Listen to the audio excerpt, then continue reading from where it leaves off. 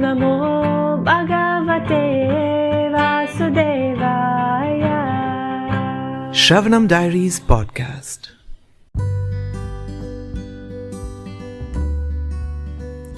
Hare Krishna, we are continuing to read the Bhagavad Gita as it is the book by His Divine Grace Abhay Charanaravinda Bhaktivedanta Swami Srila Prabhupada. Chapter 12, Devotional Service, Text 15.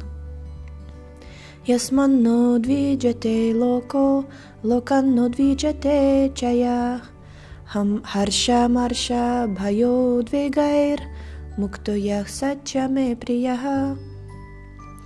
He by whom no one is put into difficulty, and who is not disturbed by anyone, who is equipoised in happiness and distress, fear and anxiety, is very dear to me.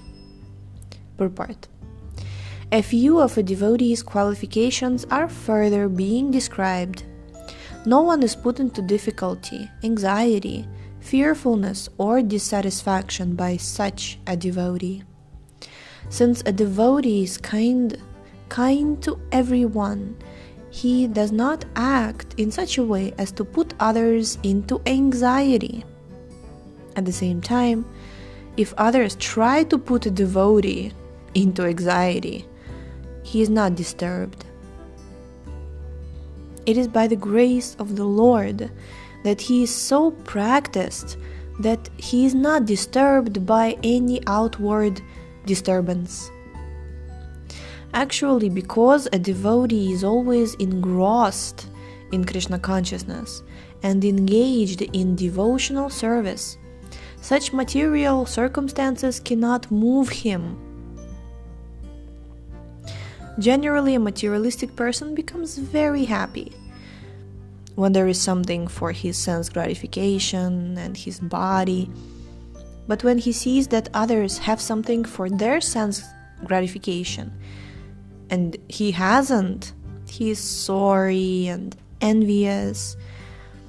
When he is expecting some retaliation from an enemy, he is in a state of fear.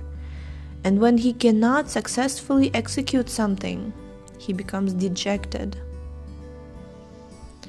A devotee who is always transcendental to all these disturbances is very dear to Krishna.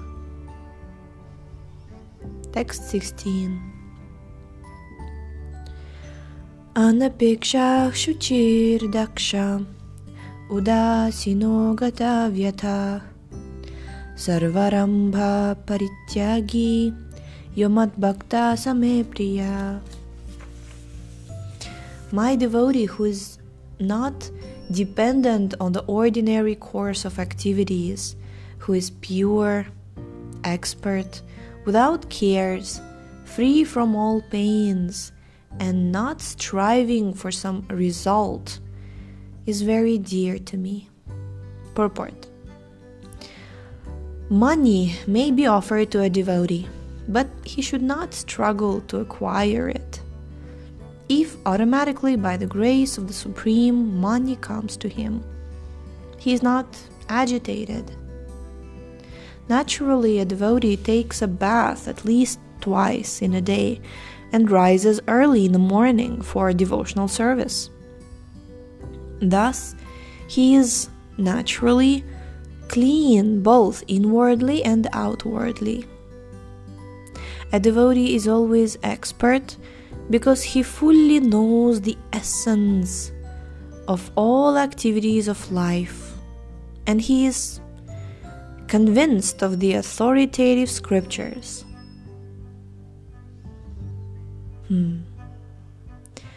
A devotee never takes part of a particular party, therefore he is carefree. He is never pained because he is free from all designations. He knows that his body is a designation, so if there are some bodily pains, he is free. The pure devotee does not endeavor for anything which is against the principles of devotional service. For example, constructing a big building requires great energy. And a devotee does not take to such business if it does not benefit him by advancing his devotional service. He may construct a temple for the Lord, and for that he may take all kinds of anxiety, but he does not construct a big house for his personal relations.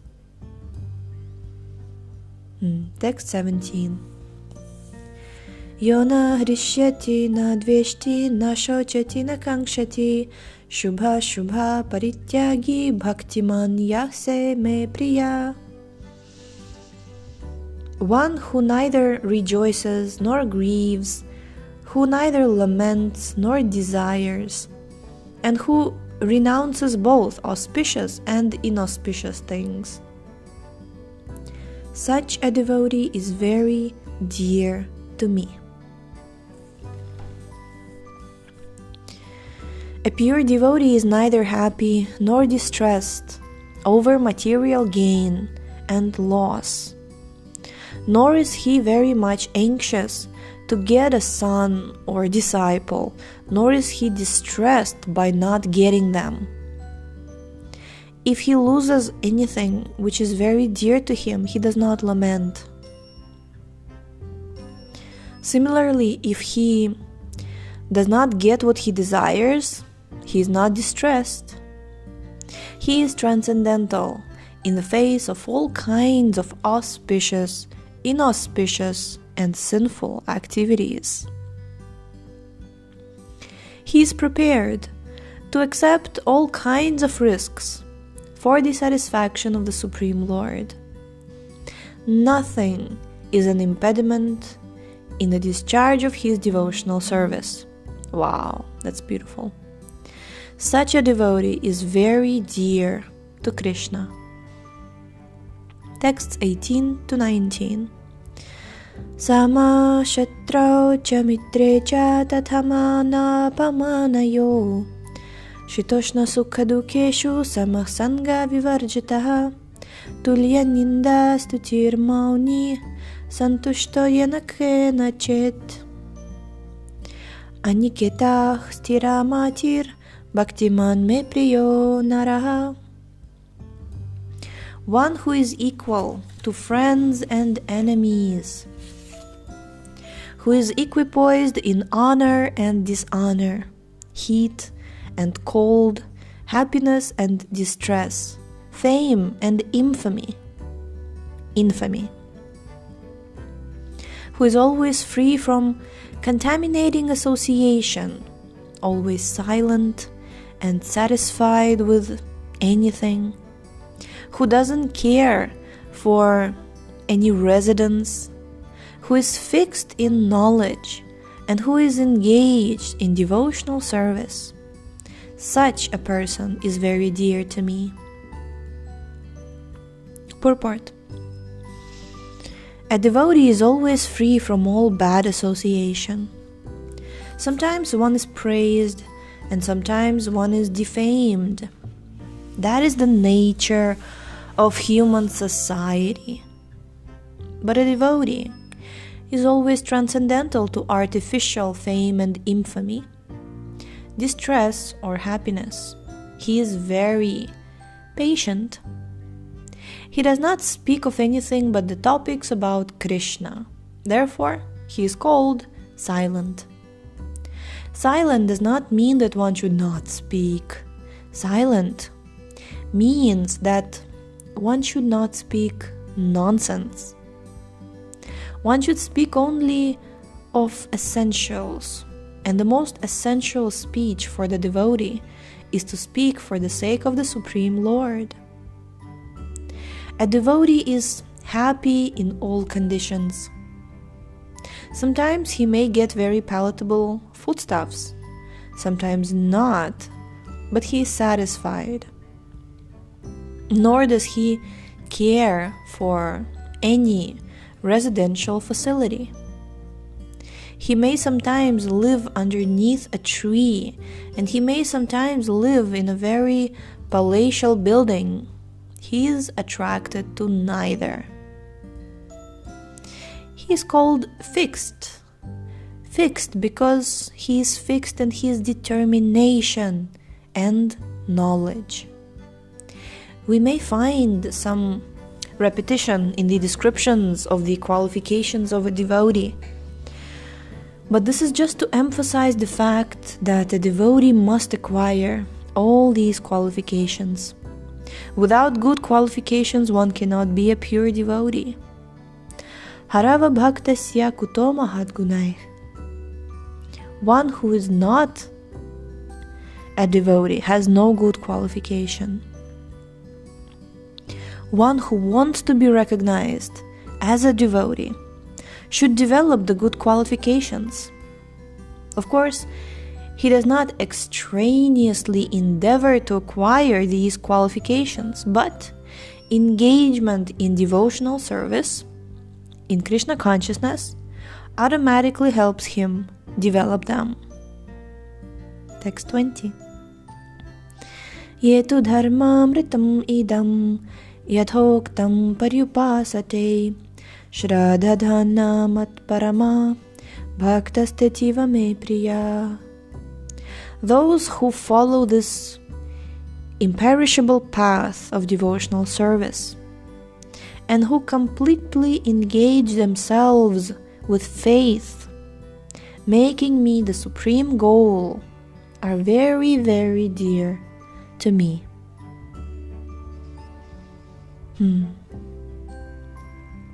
Purport. In this chapter, from verse 2 through the end, from Maya Veshya Manoye Mam, fixing the mind on me, through Yetu Dharmamritam Idam, this religion of eternal engagement, the Supreme Lord has explained the processes of transcendental service for approaching Him. Such processes are very dear to the Lord, and He accepts a person engaged in them. The question of who is better, one who is engaged in the path of impersonal Brahman, or who is engaged in the personal service of the Supreme Personality of Godhead, was raised by Arjuna. And the Lord replied to him so explicitly that there is no doubt that devotional service to the personality of Godhead is the best of all processes of spiritual realization. In other words, in this chapter it is decided that through good association one develops attachment for pure devotional service, and thereby accepts a bona fide spiritual master, and from him begins to hear and chant and observe the regulative principles of devotional service with faith, attachment, and devotion, and thus becomes engaged in the transcendental service of the Lord. This path is recommended in this chapter. Therefore, there's no doubt that devotional service is the only absolute path for spiritual realization, for the attainment of the Supreme Personality of Godhead.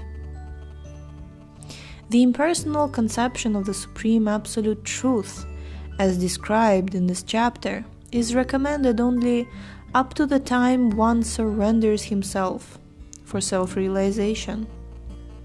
In other words, as long as one does not have the chance to associate with a pure devotee, the impersonal conception may be beneficial.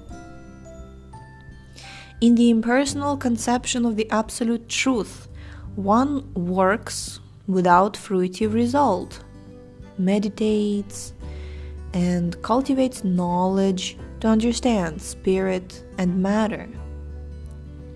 This is necessary as long as one is not in the association of a pure devotee. Fortunately, if one becomes if one develops directly a desire to engage in Krishna consciousness in pure devotional service, he does not need to undergo step-by-step improvements in spiritual realization. Devotional service, as described in the middle 6 chapters of Bhagavad Gita, is more congenial. One need not bother about materials to keep body and soul together, because by the grace of the Lord, everything is carried out automatically. Thus end the Bhaktivedanta purport to the 12th chapter of the Srimad Bhagavad Gita in the matter of devotional service. Jai. Happy New Year, everybody. Happy New Year. May we all, year after year, become closer to these wonderful qualifications that we've just read. Beautiful qualifications. One thing that this chapter really helped me understand is that I'm not a devotee yet. That I'm aspiring bhakta, that it's a very high standard that we're aspiring to reach, and it's wonderful because Srila Prabhupada is always encouraging us that it's possible. And yes, so by good association, by hearing and chanting, by surrendering, accepting spiritual master, with faith, right? With, what were these? Faith, attachment, and devotion. We can reach there. So may we all reach there more and more in the next year. And tomorrow, on the 1st of January, we shall read chapter 13, Nature, the Enjoyer, and Consciousness. Now, chapter 13 means a lot to me, and I'm looking forward to that. So, Hare Krishna. Thank you so much for tuning in today. The book links, previous episodes timeline, and biography of the author can be found on shravanamdiaries.com. The link is in the description, and we shall see you tomorrow. Hare Krishna, Krishna Krishna, Hare